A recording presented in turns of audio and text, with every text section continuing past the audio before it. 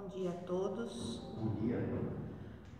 Vamos nesse momento fechar os nossos olhos, elevar nosso pensamento a Jesus e agradecer primeiramente pela oportunidade de estarmos aqui saudáveis e pedir a todos que não possam estar aqui hoje. Vamos agradecer a esta casa que nos acolhe sempre com carinho e pedir que Deus esteja sempre nos iluminando, nos abençoando, nos orientando e que possamos estar sempre no caminho de nossa evolução, no caminho do bem, no caminho da fraternidade. Que assim seja, graças a Deus.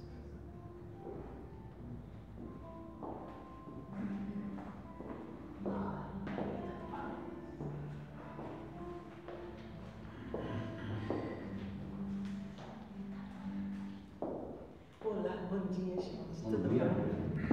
Espero que vocês em casa também estejam todos bem, saúde. Então, gente, vamos continuar Livro dos Espíritos, questão 132. É o segundo capítulo do livro. Foi finalidade da encarnação. Encarnação, nós estamos falando de reencarnação, tá? Encarnação.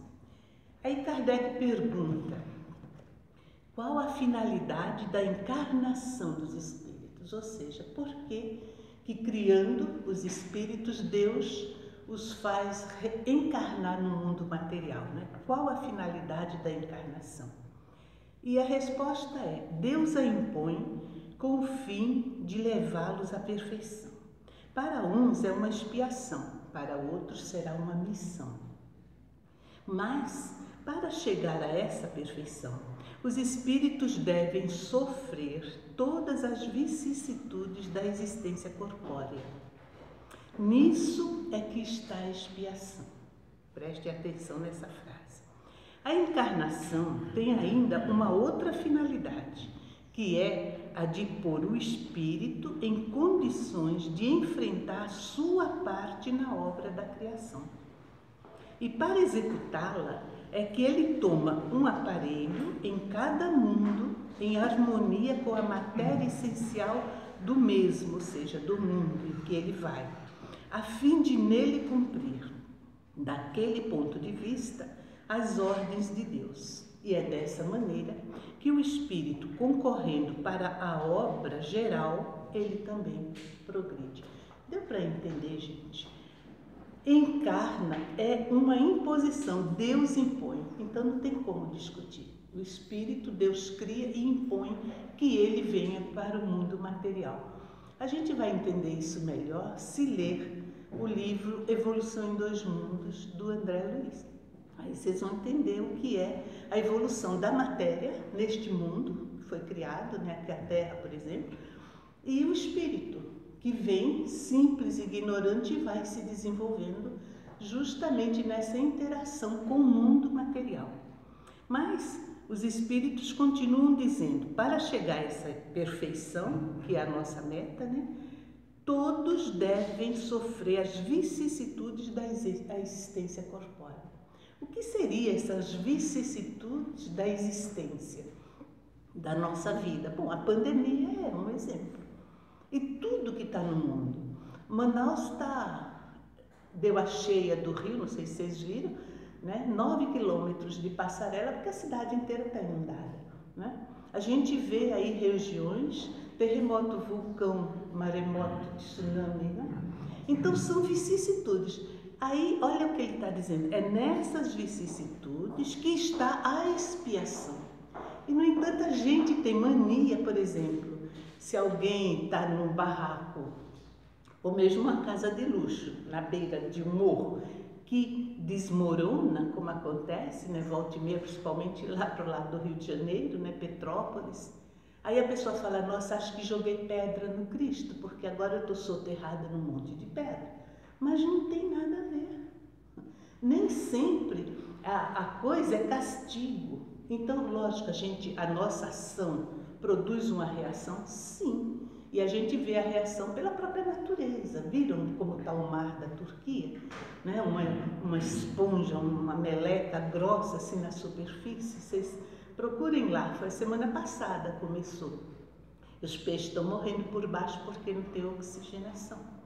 Então são vicissitudes que atrapalham, felicitam. Mas o que ocorre quando o homem tem que inventar o tsunami lá da Indonésia, né? 200 e tantas mil pessoas em alguns minutos, né? Aí a gente se preocupa com o vírus que está matando em um ano, mas em alguns minutos, numa leva só assim, né? Uma onda, foi-se. São as coisas do mundo.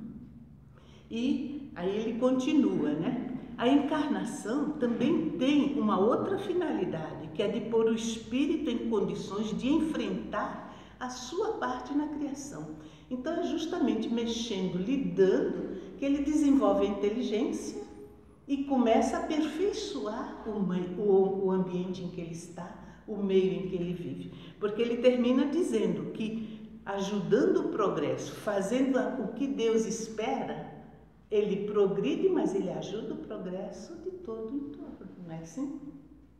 Então a gente vê, não é, a finalidade, por que estamos aqui, como era o mundo na época das cavernas, como está hoje. E é fruto nosso, o nosso próprio corpo é resultado da nossa inteligência que foi se desenvolvendo e foi aperfeiçoando cada parte. E estamos aperfeiçoando cada vez mais. Com certeza não seremos tão assim daqui 1000 anos, né? Porque foi diminuindo os nossos dentes, ninguém mais tem aqueles caninos, né, que tinha naquela época das cavernas que comia com os dentes, né? Hoje a gente tem garfo, faca, está tudo cozido no micro-ondas, então tá molinho, a gente nem precisa, nossos dentes estão diminuindo cada vez mais. Estava olhando os do Daniel, que é pequenininho, né? Pequenininho. Então, porque vai perdendo as funções, a gente vai aprimorando. Então é essa a finalidade da encarnação. E os espíritos, aí vamos para 133, né? Os espíritos, desde o princípio, seguiram o caminho do bem, tem necessidade de encarnação? Que pergunta, né? Porque como que alguém pode seguir o caminho do bem sem estar no contato direto com as coisas? Um bebê poderia aprender a andar se não sair do berço? Aprender a tirar a casquinha da banana, se não der, ele tem que interagir. Então, os espíritos respondem, todos foram criados simples e ignorantes. E se instruem através das lutas e das atribulações da vida corporal. Atribulações. Então, a gente sonha muito com o mundo perfeito. Estávamos falando disso, né, Márcia? Sonhar, querer desejar as coisas, então eu vou para uma praia bucólica e quero ficar ali. Você vai estagnar, né? Não é proibido, pode, porque nós temos o livre-arbítrio, essa liberdade de escolha, mas não é fugindo, não é se isolando que a gente vai crescer, é o contrário.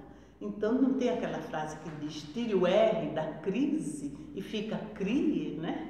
Você cria, você se desenvolve, você se reinventa em cada situação e aí é que está o progresso, né?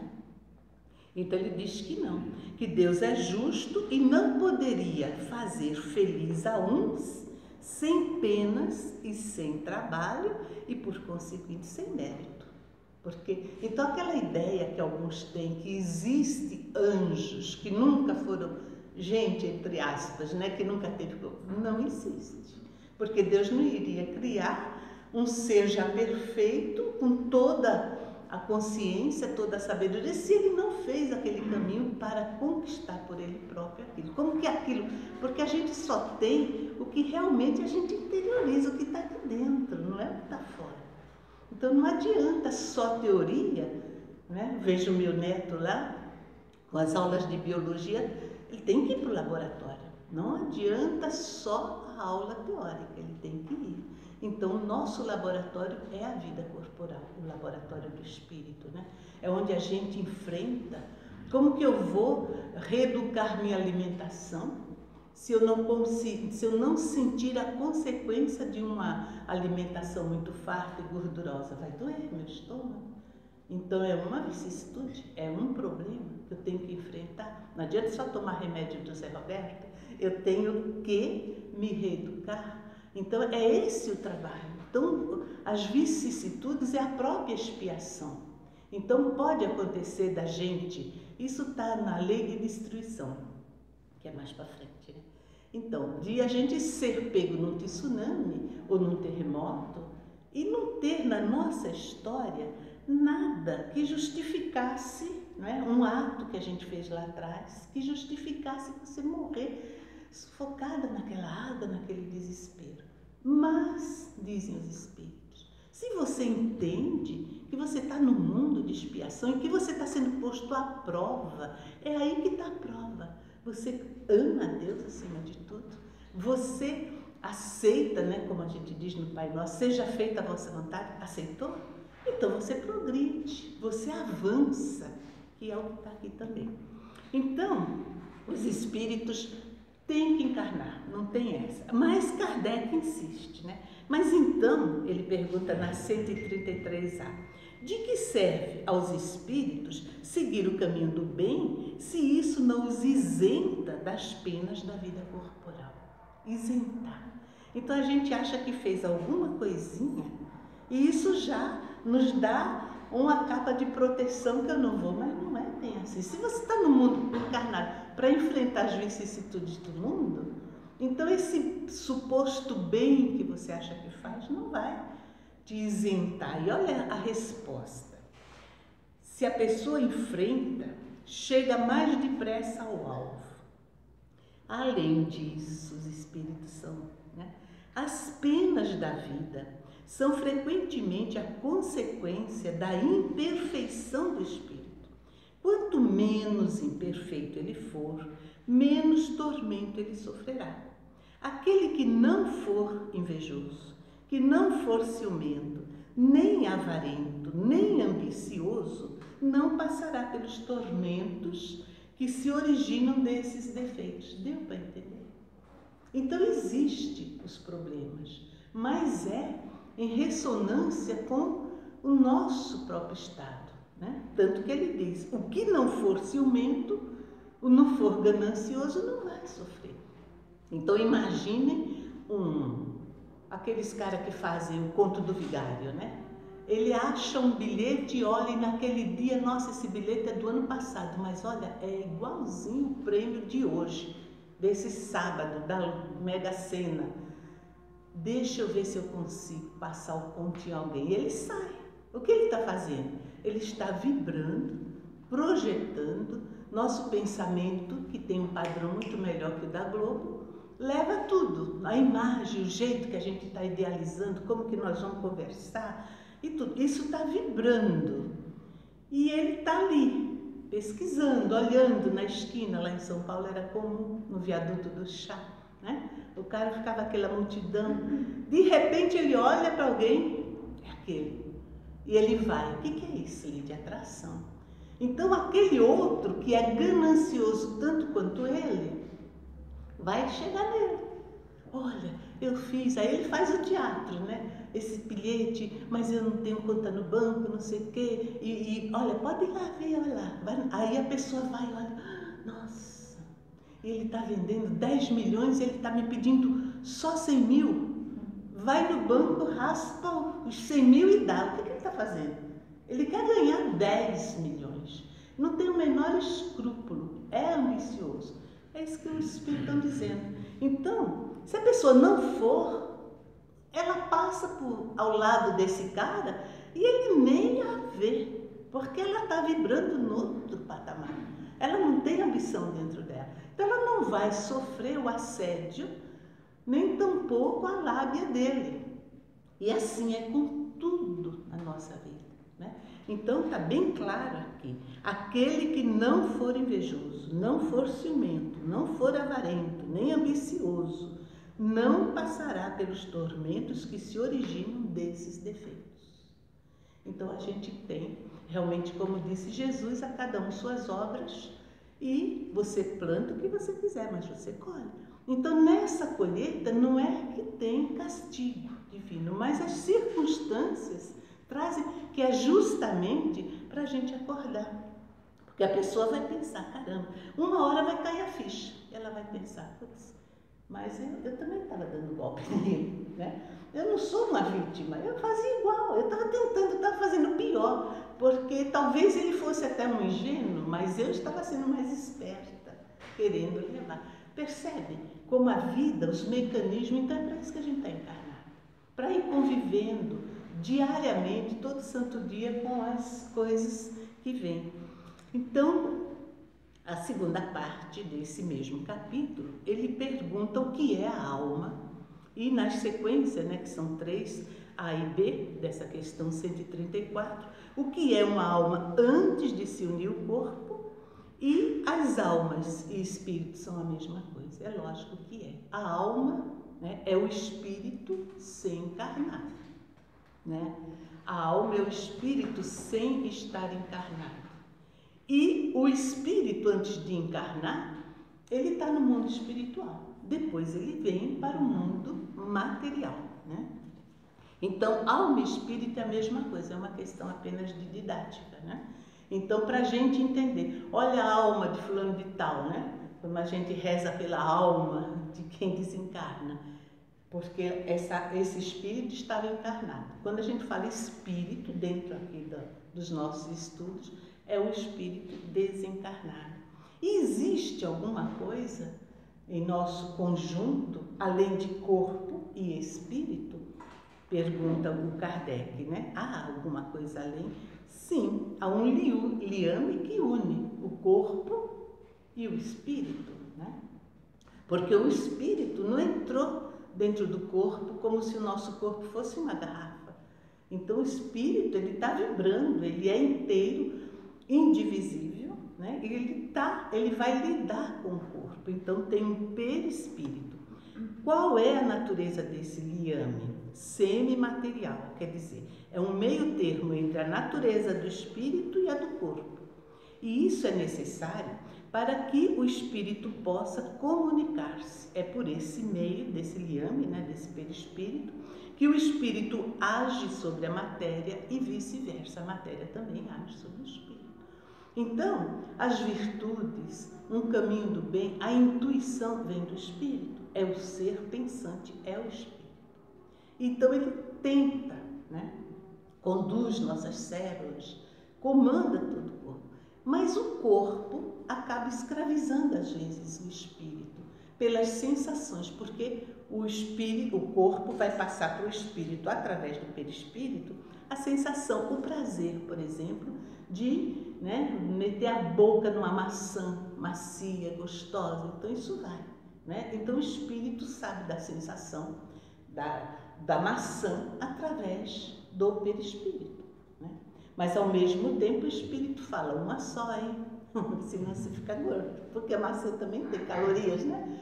Entende? Então, essa interação, estou brincando, mas em todos os níveis, desde o mais profundo. O espírito está sempre, como tem na consciência, ou seja, no nosso psiquismo, as leis de Deus, então o espírito sabe.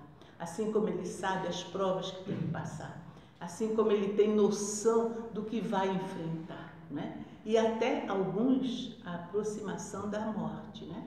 Então o espírito sabe, muitas vezes ele tenta brecar o corpo, mas o corpo, por sua vez, então uma vez eu li que durante todos esses milênios nós nos mergulhamos tanto nos prazeres da matéria que materializamos o espírito, né? Ou seja, o espírito está meio que, a Joana fala, a consciência de sono, entorpecido, porque a pessoa vive só para os prazeres materiais.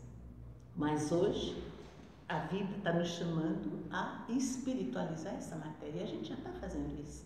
No momento que a gente procura uma alimentação mais leve, nós estamos cuidando da matéria. Estamos já diminuindo. Muitas vezes eles falam, nunca saia da mesa plenamente satisfeito, né? Isso São Francisco já falava. Saia com um pouco de fome, né? Não dê tudo, porque aí você vai reeducando, diminuindo, já não sente aquela necessidade de comer até ter que soltar a roupa, né? Então, isso é educação, isso é a espiritualização da matéria. Você vai diminuindo, então você já não cede a um instinto, ai, queria tanto, e não vai pegar aquilo que você deseja, aquilo tem dono, e será que eu preciso? Você começa a refletir, você está espiritualizando a matéria. Então é nesse sentido que o perispírito está ali no meio, levando para a matéria as instruções espirituais e levando ao espírito toda a nossa interação com essa matéria. Para isso que a gente tem um corpo, para sentir o toque, né? Alguns, assim que toca alguém, já quer agarrar, né? Mas outros sentem a vibração da alma, naquela aproximação de alma para alma. Muitos poucos, mas tem, né? Aquele casamento de alma com alma, que não precisa nem da união do corpo, mas sente a emoção. Então a emoção é da alma, que vai sublimando, né? Instintos, prazeres, né? As nossas... a escravização que a gente tinha vai nos libertando disso tudo, né? Aí o Kardec pergunta, o corpo pode existir sem a alma, gente? O corpo pode viver sem uma alma? Sim, olha que surpresa, né? Sim. E não obstante, desde que o corpo deixe de viver, a alma o abandona. Antes do nascimento, não há uma união decisiva entre a alma e o corpo. Olha só, antes de nascer ainda não está. Mas ao passo que, após o estabelecimento dessa união, ou seja, assim que o bebê nasce, só a morte do corpo rompe os liames que a unem a ele, e aí a alma o deixa. A vida orgânica pode até animar um corpo sem alma, mas a alma não pode habitar um corpo sem vida orgânica. Então o espírito, quando está programando sua encarnação, ele pode até voltar, vou viver naquele corpo. Ele fica sondando, né? Tem várias possibilidades, porque depende do espírito, depende da evolução dele, enfim. Aí vocês vão ver isso mais para frente, encarnação, né? O próximo é a desencarnação e depois vai ser a encarnação, né? Na sequência aqui. Mas, até um pouquinho antes de nascer, o espírito pode ir embora. Acontece, né? Não é muito comum, mas acontece dele se abortar, né? Não quer. Mas depois que nasce, que ligou, porque aí quando ele chora, quando ele respira, a alma está ali. Aí não tem mais essa do espírito querer ir embora e largar o corpo. Estabeleceu a ligação, só com a morte física é que o espírito pode ir embora. Então, muitas vezes, o espírito entra numa depressão já desde bebê, porque não queria essa vida, não queria esse corpo, não queria essas coisas. Mas não tem jeito, tem que enfrentar, né? Entende? Está dando para entender? Então não pode. Agora, ele diz, a vida orgânica pode animar um corpo sem alma. Então, acredito aqui que ele está falando daqueles casos em que já está uma vida vegetativa, né, num hospital cheio de coisas. Porém, mais para frente a gente vai ver, na questão acho que 153, 156, uma coisa assim, que também, às vezes, tem bebês que não têm uma alma, tá sendo gerado pelo psiquismo da mãe e tal. Então, pode um corpo estar, a vida orgânica, animar um corpo sem alma, mas a alma não pode estar habitando um corpo sem vida orgânica, não tem como, não dá. Morreu o corpo, faleceu os órgãos, falência múltipla ali, o coração parou, o espírito vai embora. Então a morte não é que o espírito morre e a alma vai embora e o espírito e o corpo morreu. Não, o corpo morre e a alma vai, né? É isso que ele deixa claro aqui. E o mesmo espírito pode se encarnar em dois corpos? Não. Porque o espírito, lembra no comecinho, a primeira questão, ele vai para o mundo material. Então ele vai lidar com um corpo que tem a mesma matéria do mundo. Nosso mundo, né, meio aqui à base de carbono, não é isso? O carvão, enfim, as matérias que tem aqui. Então ele vai formar o perispírito com esse tipo de fluido, né? E o nosso corpo físico é a matéria mais densa, né? Nosso planeta também é muito denso.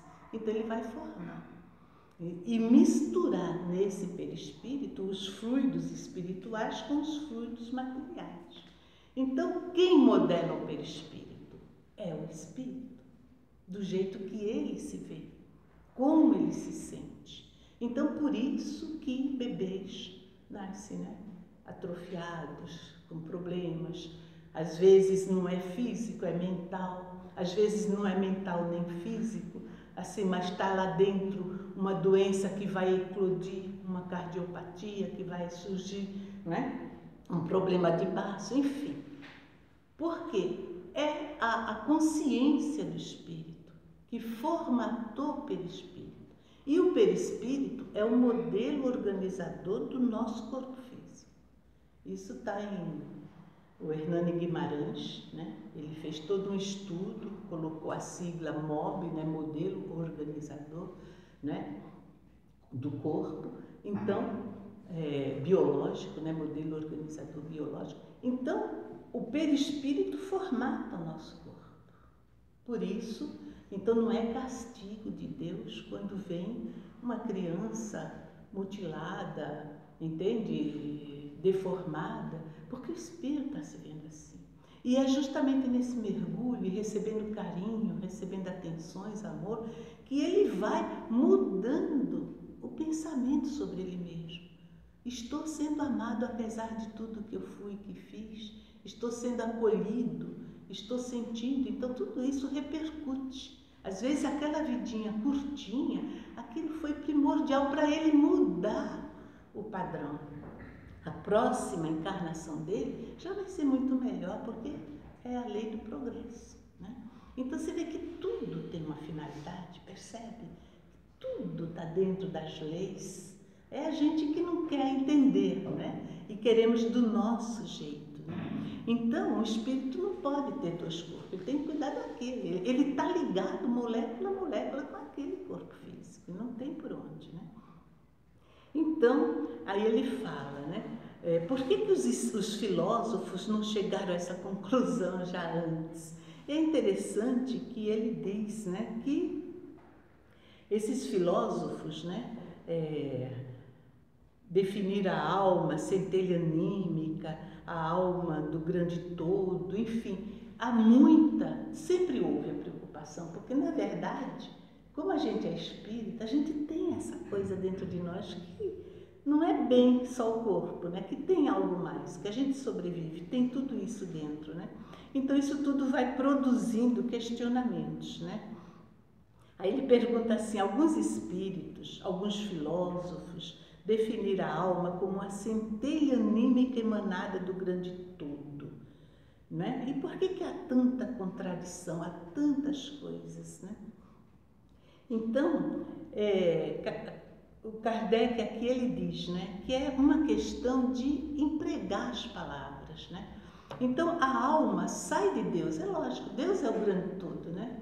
Mas nessas teorias eles dizem que depois de todo esse percurso, né, a alma voltaria para o todo e se uniria de novo, como por exemplo a água, né? A gotinha de água que evapora do mar, vai pelas nuvens, o vento carrega, aí ela cai como chuva, cai numa fontinha, faz um riachinho, vira um riozão e cai no mar.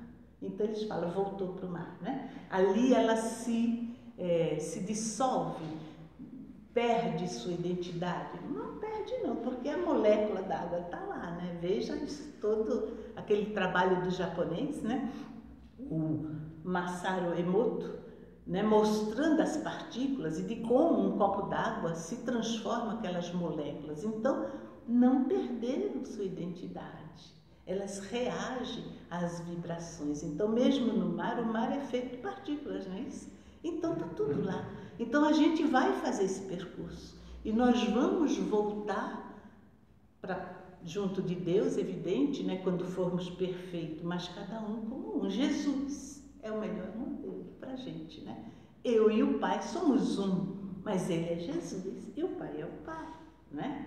Então Ele é um no sentido de que está unido e servindo ao Pai. Essa é a maior lição do Evangelho. Jesus diz: eu vim para servir. Então é isso que a gente entende quando fala renuncia a ti mesmo, né? Servir, a maior progresso que o Espírito faz é conhecer toda a obra da criação e se colocar a serviço de Deus, não mais dele, pessoal, buscar um prazerzinho, um afetozinho, é meu filho, é minha mulher. Todos, aí é aquela passagem, né? Quem que é minha mãe, quem são meus irmãos. Então, tudo leva a isso. Se a gente vai lendo e refletindo o que os Espíritos estão dizendo, a gente chega a essa conclusão, né? Vamos lá, tem mais 5 minutos só e 10 perguntas. Olha, então ele continua, né? A alma é externa, a alma está dentro, a alma está fora. Onde está a alma do corpo, né? Então não tem um local, porque são camadas, são energias, né? Às vezes falam assim a cebola, né? As camadinhas da cebola. Então nós temos o corpo denso, o duplo etérico, o corpo que é um campo, né? De vibração emocional, corpo mental inferior, corpo mental superior, corpo búdico. Mas são camadas de energias que se entrelaçam, que se justapõem uma com a outra, né? Então, não tem divisão exata, não tem, entende? Ali a cadeira está do lado de lá, do lado de cá, não tem essa coisa. Estamos ali juntos, né? Então, ela se irradia, se manifesta. Ah, mas então, alguns acham que o espírito se divide porque ele aparece em algum lugar. Quando o espírito aparece, é uma exteriorização através da mente. A mente é que comanda toda a energia. O campo mental mexe nos fluidos como a nossa mão mexe na massinha. Então a gente pega a massinha do netinho, né, e faz um bichinho. Então você pensa, você está movendo energia mental, matéria mental, que não é igual à matéria física, mas é matéria e modelo. Então o espírito se exterioriza e com a vontade, com o desejo, ele se adensa e se torna visível e tangível. Mas não quer dizer que ele se dividiu. Ele se exteriorizou. É como a gente está aqui e estica o braço, você pega, né? Até onde sua mão alcança. Você pode encolher sua mão, até vestir uma blusa sem manga e ficar, né, numa túnica, mas a hora que você quer, você exterioriza seu braço. É a mesma coisa o espírito. Então não há dois, certo? E o que seria a alma do mundo? Kardec pergunta. A alma do mundo, muita gente fala alma da matéria, alma das coisas. Num sentido, seria a essência, né? Qual que é a alma? É a essência. Mas nesse caso, a alma do mundo são esse grupo de espíritos que ajuda Jesus a comandar tudo. Então existem espíritos que estão conduzindo as nuvens, né? O ar, como eles falam, os elementais, né? Do ar, da terra, né? Das águas, do fogo, mas tem sempre os superiores coordenando tudo. Não tem nada ao acaso, nós não estamos à deriva. Então a alma do mundo seria esse grupinho de espíritos, né? Então a alma tem algum lugar onde ela se ancora no nosso corpo? Não. Normalmente, a pessoa que pensa muito, estuda, ou aquele que é muito sentimental, ela estaria mais próxima, né, do intelecto ou do nosso centro cardíaco, mas não necessariamente, não está em nenhum chakra, como às vezes as pessoas acham que está no esplênico, né? Então vamos tomar só no esplênico e irradiar. A alma não está limitada a um corpo, né? E tampouco a alma é o fluido vital, não tem nada a ver. A alma é a alma, os fluidos são os fluidos, né? E aí chegou ao fim. Materialismo. Por que os materialistas, os cientistas, as pessoas, né, quanto mais conhecimento tem, menos creem em Deus, mais se afastam de Deus, né? O fisiologista, dizem os espíritos, refere tudo ao que vê. Isso é o orgulho dos homens, que tudo creem saber, não admitindo que alguma coisa possa ultrapassar o seu entendimento. A sua própria ciência os torna presunçosos. Pensam que a natureza nada lhes pode ocultar, né? E o comentário de Kardec sobre materialismo, né, sobre algumas pessoas quererem negar, né, ele diz, é uma aberração da inteligência. Então, por conta disso, há pessoas que não veem dos seres orgânicos no nosso corpo, né, nada mais que a ação da matéria e atribui a tudo, a essa ação, os fatos. Não vê no corpo humano senão uma máquina elétrica. Não estudar o mecanismo da vida, senão no funcionamento de órgãos. Viram-na extinguir-se muitas vezes pela ruptura de um fio e nada mais perceberam além deste fio. Procuram descobrir o que resta e não encontram mais do que matéria inerte, quando dissecam um cadáver e tal, né? Não viram a alma escapar, não puderam pegá-la. E aí ele conclui que tudo é matéria. Eles acham que não. No entanto, de um bom tempo para cá, principalmente da época de Kardec para cá, os espíritos têm dado demonstração, né, Sinália? As comunicações que vêm dos desencarnados, né? Então eu falei da Sinália, porque a Sinália vem de uma religião que não acreditava, né? E, no entanto, está aqui hoje e já recebeu comunicação de pessoas que desencarnaram. Então não tem mais como acreditar que está dormindo para esperar o juízo final, não é isso? Não dá mais, né, Sinália? Muda. Então, quando a gente quer realmente dar um passo além, a gente vai. Não mais pelo raciocínio lógico, assim, acadêmico, mas pela lógica das coisas, porque não tem, né, o menor sentido uma única vida, uma única existência, né? Quando você vê um bebezinho nasce e morre, para quê? Se não houvesse ali uma alma que durante uma gestação recebeu tanto amor e carinho, que na próxima ele já vem mais confiante, né? A pessoa não entende essa sutileza, né, do mais além.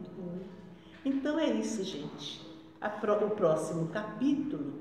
Então, terminando, só esse pedacinho aqui, do lado da tempo, o Espiritismo diz Kardec, né, o mais poderoso auxiliar da religião. E assim acontece porque Deus o permite. E o permite para reanimar nossas esperanças, que estão ainda vacilantes, e para nos conduzir ao caminho do bem, pelas perspectivas do futuro. Então, através do nosso raciocínio, praticamente a gente toca esse futuro. Quando você se concentra e sente, como agora, né? Nós vamos encerrando, vamos sentir, né? Sentir essas energias. Não é físico, não é da matéria, né? Toca o coração. Você ouve uma música e de repente seus olhos se enchem de água. Vem uma emoção profunda, vem da onde? É só o corpo físico? Não é, né? Então, se a gente cultiva, se a gente aprofunda, deixa fluir. Mas muitas vezes a pessoa faz assim, credo, e muda a música, né? Essa música, deixa. Não, vai, mergulha, comece a expandir sua própria consciência, comece a ser mais espírito que corpo, comece a conquistar esse corpo, né? Essas coisas materiais. Não se entregue tanto às ilusões, né? Ao brilho falso, como cantava Elis Regina, o falso brilhante, né? Que a moça ao dançar se vendia e se martirizava, né? Com o sapato apertado, lembra da música do falso brilhante? Mas ela tinha um brilhante, né? Então, não se iluda com essas coisas. Tente sentir a alma e espiritualize a vida, né? para que a gente possa sutilizar esse mundo para ele ir para a regeneração, de regeneração para o mundo feliz, né? Ou seja, fazer o seu próprio progresso. Deus espera isso de nós, que a gente mudando nossa vibração, o planeta como um todo, porque também é tudo vivo, né? O mundo material, né?